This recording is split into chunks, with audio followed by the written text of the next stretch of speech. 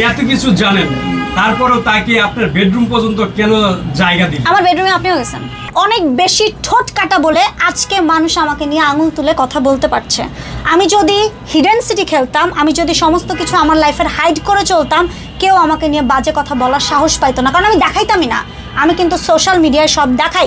আমি যদি আকাশ নিবিড়কে বিয়ে করি, আমি যদি বলি আমি আকাশ নিবিড়কে বিয়ে করছি, ওই ছেলেরা আমি যদি বিয়ে করে থাকি, তাহলে ক্ষতিটা কোথায়? কারো ভাত খাচ্ছি, কারো ভাত মারতেছি না। কিন্তু আমি যেটা বিয়ে করি নাই, ও আমার বন্ধু হয়ে এসে টাকার জন্য যখনই 19 থেকে 20 আপনারা দেখবেন খেয়াল করে যে ও রাতের বেলা হইলেই উল্টাপাল্টা পোস্ট করে। আমাকে নিয়ে কিন্তু অনেক পোস্ট করছে। আমি কেন বাচোসাসের মতো একটা সংগঠনে আমি কেন ডায়মন্ড রিং স্পন্সর করছি, এটার জন্য বলছে তুই বর্ষা যদি বাচোসাসের মেম্বার আমারে না করস, আমি বলবো রাহাত সাইফুলের সাথে তোর অ্যাফেয়ার আছে। কি মনে করেন আপনারা? এই যে ব্ল্যাকমেল, ও তো ব্ল্যাকমেল শুধু আমাকে না, বাংলাদেশের এমন কোন সেলিব্রিটি স্টার আছে যে যাকে সে ব্ল্যাকমেল করে নাই, যার এমনও হিস্ট্রি আছে যে ও চড় খাইছে সবার হাতে। সেটা সে নিজেও স্বীকার করেছে গতকাল। এত কিছু জানেন, তারপরেও তাকে আপনার বেডরুম পর্যন্ত কেন জায়গা দিলেন? আমার বেডরুমে আপনিও গেছেন। আমরা গেছি, এটা সংবাদ কভার করে চলে। জায়গাটা কেন বলো? ও কিন্তু এই সংবাদ কভারের জন্য গিয়েছে, মামলার কাগজ আনতে গিয়েছে, আদালতে যাবে, আমি আদালতে যাইতে পারি নাই। ও নিজে মামলার কাগজ ওখান থেকে নিয়ে, বাসা থেকে নিয়ে, আমার হেল্পিং হ্যান্ডের কাছ থেকে নিয়ে আদালতে গিয়ে সেগুলো ফেস করেছে এবং লক্ষ লক্ষ টাকা নিয়েছে। আমি কি বললাম, মানববন্ধন করার জন্য আমার কাছ থেকে 1 লাখ টাকার উপরে নিছে। আপনাদের এখানে তো সবাই আমার ভাই একটু শুনেন, আপনাদের এখানে কিন্তু সবাই আমার কিন্তু কাছের না, কিন্তু 2-1 জন কিন্তু আছে, যেমন নাইম ভাই, সাহসী কণ্ঠ, এবিসিটি, শামীম ভাই, এরা কিন্তু খুবই আমার কাছের লোক। এরা আমার বেডরুম পর্যন্ত যাইতে কিন্তু কোনো সমস্যা নেই, তারা যাইতে পারে। ওই জায়গা থেকে আকাশ নিবিড়কেও জায়গা দেওয়া, কারণ এরা যদি আমার নামে একটা ব্যাড নিউজ করে, ওইটা নিউজটা রিপিট করার আগে একবার আমার ফোন দিয়ে জিজ্ঞেস ভাই ব্যাপারটা কি আসলে, ঘটনাটা সত্যতা কতটুকু। তো এই জায়গা থেকে ওই জায়গাটা দেওয়া। আর আপনাদেরকে রিকোয়েস্ট করব, আপনারা দয়া করে আমার কথাতে বিশ্বাসটা রাখবেন। তখনই বলবেন যখন আপনারা নিকানামাটা পাবেন।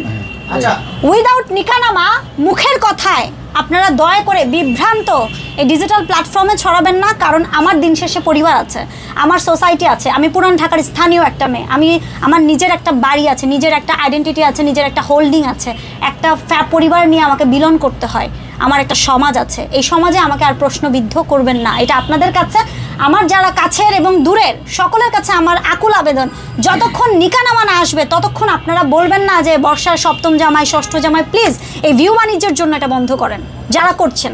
আচ্ছা, বর্ষা আপনার কাছে আমার একটা কোশ্চেন আছে। বন্ধুত্ব আপনি ধরে নিয়েছেন আকাশ নিবিড় আপনার বন্ধু, কিন্তু সে আপনাকে মনে মনে ভালোবেসে ফেলেছে, এক্সাম্পল। এবং মুন্না খানের সাথে আপনার এই যে সিনেমার পরে হয়তো তিনি এটা প্রকাশে এনেছে, বাকি তিনি এটা মেনে নিতে পারেনি। সমস্যা নিয়ে ড্রাইভ করতেছিলাম, তো একটা সমুচা খাওয়া যেতে ভাই, তাতে কি হয়েছে? লিখে তোমার বান্ধবী নিয়ে ফর এক্সাম্পল এখানে রিয়াজ ভাই আছে, আমি রিয়াজ ভাইকে মুখে তুলে খাওয়াই দিছি আমার বাসায়। রিয়াজ ভাই খান। না মূল ঘটনা আসলে সমস্যা নিয়ে না, সমস্যা নিয়ে না, সমস্যা খাওয়ানো আমাকে মানে লাইভে আমরা দেখাইছি, আমি তো লাইভে সবাইকে দেখাইছি, কিন্তু মূল ঘটনা আসলে টাকাটা তাকে দেওয়া হয় না, টাকাটার কারণে। আর এরকম টাকা এর আগেও অনেকবার চাইছে, কিন্তু এগুলো প্রকাশ আসে না। সে যে টাকা খোঁজে, সে যে মানুষ ব্ল্যাক, এটা আপনারাও ভালো করে জানেন।